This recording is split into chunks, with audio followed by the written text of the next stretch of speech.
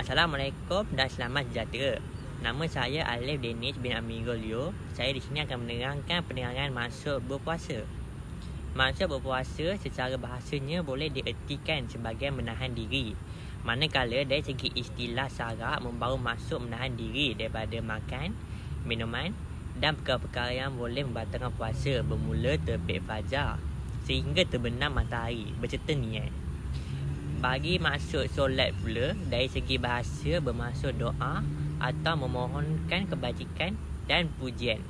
Menurut istilah syarak pula, solat didefinisikan sebagai beberapa perkataan dan perbuatan yang dimulai dengan takbir dan diakhiri salam dengan syarat-syarat tertentu.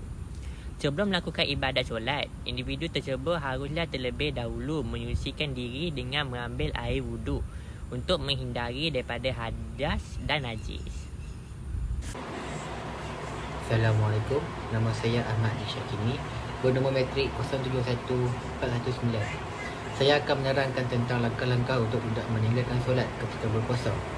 Puasa ini bukan sahaja menahan lapar, tetapi puasa ini adalah menahan diri daripada makan dan minum dan perkara membatalkan puasa. Jadi, kita perlu melakukan ibadah-ibadah lain untuk menambahkan lagi pahala untuk menjadi bekal ketika di akhirat nanti. Jadi, langkah pertama ialah doa. Doa adalah penyerahan, bukan tuntutan. Selepas kita berniat, kita serah kepada Allah untuk menguruskan diri kita sepenuhnya. Sesungguhnya Allah sebaik-baik pengurus, sehingga kan jantung yang berdegup ini pun kita tidak mampu uruskan, apatah lagi untuk menguruskan seluruh diri kita. Memang kita tak akan mampu, maka berdoalah kepada Allah, mohon hidayah dan rahmat limpah kurnianya. Yang kedua ialah paksaan diri untuk sentiasa berusaha menunaikan solat pada waktu dan memperbaiki cara kita solat selama 66 hari. Kemudian lihat bagaimana kehidupan kita setelah memperbaiki solat kita. InsyaAllah pasti ada perubahan untuk misi mencapai istiqamah kita. Dan yang terakhir, jangan gelojoh. Tergesa-gesa itu adalah amalan syaitan. Analoginya, andai sekarang kita tidak solat, kita mulakan dengan suatu waktu yang mudah dan kita tambah lagi waktu selepas hari berikutnya, kemudian tambah lagi, dan akhirnya kita akan mula untuk solat 5 waktu sehari. Jadi kita sebagai umat Islam janganlah memandang remeh terhadap ibadah-ibadah ini, kerana Allah telah memudahkan urusan kita untuk melakukan ibadah. Jika tidak, sepatutnya Allah memberikan kita solat 50 waktu sehari, tetapi baiknya Nabi Muhammad SAW telah memudahkan urusan kita dan telah meninggalkan solat itu sehingga 5 waktu sahaja. Jadi kita sebagai umat Islam bersyukurlah dengan apa yang Nabi Muhammad telah buat kepada kita untuk memudahkan kita lagi menjalani kehidupan seharian kita sebagai umat Islam. Jadi itu sahaja daripada saya. Terima kasih. Assalamualaikum. Assalamualaikum, nama saya Ahmad Fazal Adam, nombor metrik 071535. Di sini saya ingin menerangkan kesan-kesan sekiranya berpuasa tetapi tidak solat. Yang pertama, berpuasa pada bulan Ramadan tetapi tidak melaksanakan solat. Mereka yang tidak solat tetapi berpuasa ini dianggap puasa mereka sah, tetapi tidak diberikan pahala puasa tersebut. Yang kedua, tidak mendapat pahala.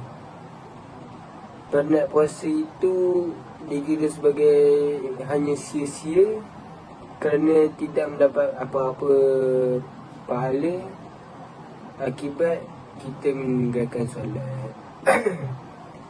Dan yang terakhir, kurang keimanan dalam diri sendiri. Jika berpuasa tetapi tidak menunaikan solat, adakah sempurna imannya? Sudah tentu tidak. Ia masih dianggap seorang Islam tetapi seorang pendosa. Tambahan pula, solat itu adalah tiang agama. Sekian, itu sahaja daripada saya. Bagi kesimpulan pula, kesimpulan dalam keseluruhan tajuk kita ialah kesimpulan untuk orang yang berpuasa tapi tidak solat. Ialah sebagaimana kita tahu puasa dan solat adalah wajib bagi setiap umat Islam di muka bumi. Pendapat Syed Dr. Yusuf Al-Qaradwi melalui kitabnya Fatwa Muasir Orang Islam dituntut melakukan semua ibadat, iaitu mendirikan sembahyang, membayar zakat dan berpuasa pada bulan Ramadan dan mengerjakan haji kita berkemampuan. Sesiapa yang meninggalkan salah satu ibadat ini tanpa keujuran, dia telah melampau batas terhadap Allah Subhanahu Wa Taala. Daripada pendapat ini, kita boleh tahu bahawa jika kita meninggalkan salah satu amalan itu, kita akan berdosa. Sesetengah ulama masih lagi mengiktiraf keimanan dan keislamannya selama mana orang itu masih mempercayai kebenaran Allah dan Rasulullah, serta tidak membangkang atau mencela apa yang dibawa Rasulullah SAW. Mereka menyifatkan orang seperti ini sebagai fasik. Terdapat banyak lagi pendapat seperti mereka dianggap sebagai keluar daripada Islam dan tidak sah puasa mereka. Hendaklah mereka bertaubat kepada Allah Subhanahu Wa Taala dan kembali mengerjakan solat. Inilah pendapat mazhab Hambali dan sebahagian ulama masa kini. Selain itu, mereka yang tidak solat tetapi berpuasa dianggap puasa mereka sah tetapi tidak diberi pahala.